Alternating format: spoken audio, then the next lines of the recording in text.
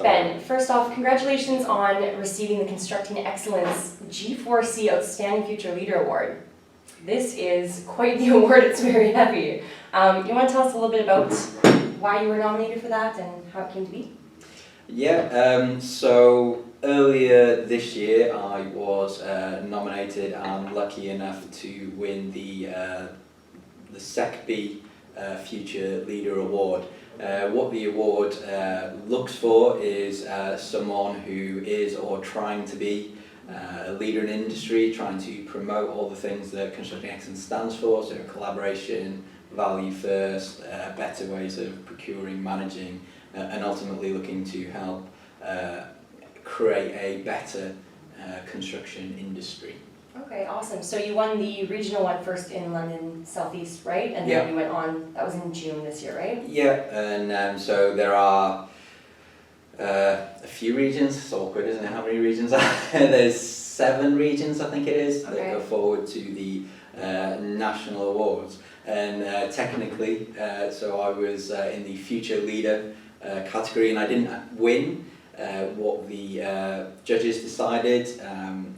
And it was great to have my peers say this, that I can't win the future leader because they saw me more as a current leader. So it was great to get that little bit extra recognition, and why it's I am the first ever, outstanding future leader winner. It might have just been them technically saying I'm too old, but current leader.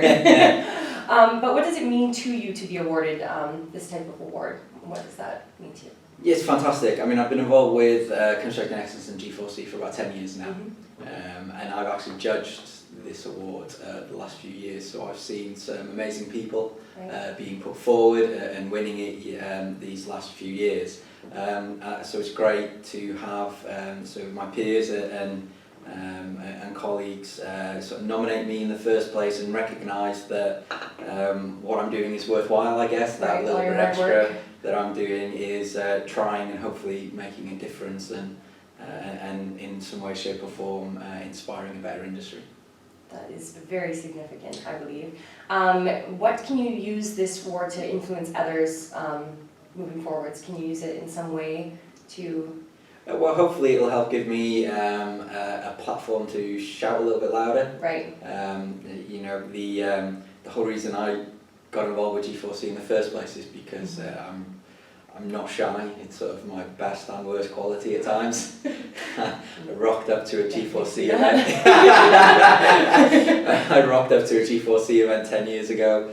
Had a little bit of a moan about how London-centric it was, and next thing you know I was on the national board trying to help get it, spread the word wider around the industry, and that's helped sort of G4C grow. You know, G4C has taken massive steps over the last sort of 4 or 5 years.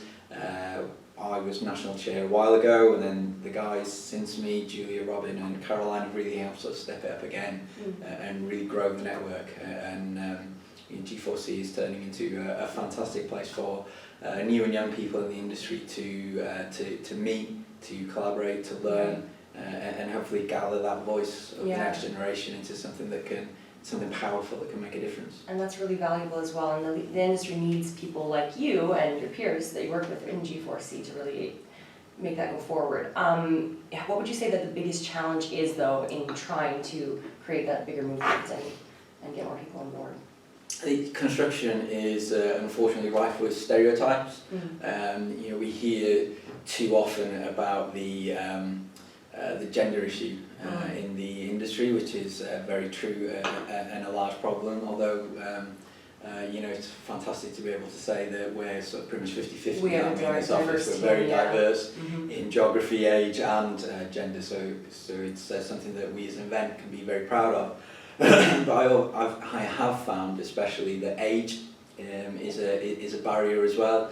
I remember in my old jobs, sort of again, not being shy, I sort of got myself somewhere that I maybe shouldn't have been, and with far more responsibility than I should have had. And I was turning up to meetings at a 25-year-old telling sort of people who've been in the industry longer than I've been alive Right. that they should be doing things differently, and they sort of automatically sort of look at you and go, no chance. Yeah, they don't want to So actually hear it there, from you yeah, because exactly. they're here with their experience. So there is an issue where people sort of see you as going, well, you can't have the experience to possibly know what you're talking about. Where the industry is changing so much and adopting so much technology that in many ways, you know, natively, we're the generation that should be listened to more at times. You know, we are more naturally collaborative. That's true. You know, we share too much generally, We do.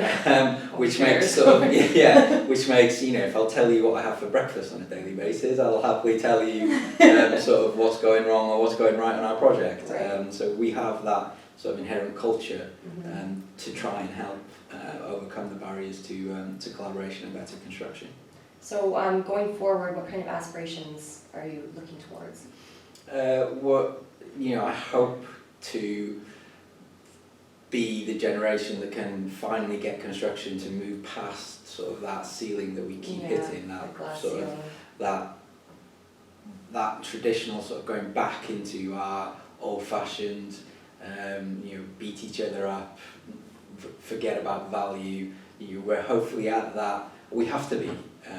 It's not that we hopefully are. We have to be at that tipping point where we do something about it, where we start putting value first, outcomes, and things like this, and really making a difference. And hopefully, even if it's a small part, I can be part of that sort of movement for change that finally sort of, you know, cracks that ceiling and can be part of an industry that the next generation can look at and aspirationally want to be part of. Right, and we want more people to join the construction industry and see that there's so many opportunities for people to do different jobs within it. And opportunities to change people's lives for the better. Absolutely. You know, when construction is done right at all levels, whether you're, you know, building someone's extension, refurbing sort of someone's house, or sort of building high-speed 2 cross-rail or large infrastructure projects, you know, you're improving people's lives. And there's so much value in and that is what we should be concentrating on. We're too quick to focus on the negative and not shout about the amazing things that we can do. So it's really good to put a positive outlook on everything. Yeah, hopefully. Yeah, you know, we don't. There is negative, but try to focus a little bit more on that. Don't want to sort of sit there on sort of cloud. pretending it's all good. Yeah. But you know, if we can talk more about the good, everyone might realise, you know, there's a better way of doing things, and this is why we should be doing it that way. I agree with you there. So in closing, you're doing a lot of groundbreaking work in Canada, right? So which is very exciting. I'm Canadian, so it's kind of ironic because when I joined the team, it was April when I moved here, and then when I joined, you guys actually had just in April when I moved from Canada to here, you had actually just started launching out in Canada, so the timing was really funny. But with the new partnership with the CCI and CCA that Invent's launched, can you tell us a bit about the initiatives there? What's more coming next for Canada with Invennt? Yeah, it's exciting times, if a bit cold, especially this time of year. It was cold here this morning, I mean. I know, but I'm definitely not wearing as many layers as some of the people I see out there, so getting a bit used to the minus 20s that it is over the winter in Toronto. No, it's really exciting. You know, the Canadian industry is booming. There's lots happening and lots that we can hopefully share best practice, but also there's some really interesting things that we can bring back as well. So again, you know, Canadians, the stereotype is how nice they are, and they genuinely are, and that can help when it comes to that sort of collaborative culture. Easy to make partnerships and form bonds and relationships. Yeah, and so there's some good stuff that we can bring back as well, and that's that sort of knowledge transfer across sort of the pond. Like helping both sides, both countries, hopefully improve the industry with a real focus on how to unlock innovation, how to fund innovation, and see what we can do together to sort of drive things forward. You know, Canada's one of the world leaders in artificial intelligence, machine learning, robotics, and things like that. Very exciting. So how can we link that with construction, drive that forward through our partnership with the CCA, CCI? And then what can we bring back to the UK with that? So It's exciting times. It is, big steps too. Just need to buy a bigger coat first. Yes, really warm. Yeah. Canada down. Yeah, Okay, those are the exactly. ones. Yeah. Awesome. Okay, well, thank you so much for going over the award and everything like that. Have a good time carrying this back home with you. I mean, I might leave it. it's not late. Just leave it here lined up with the other Exactly. trophies. And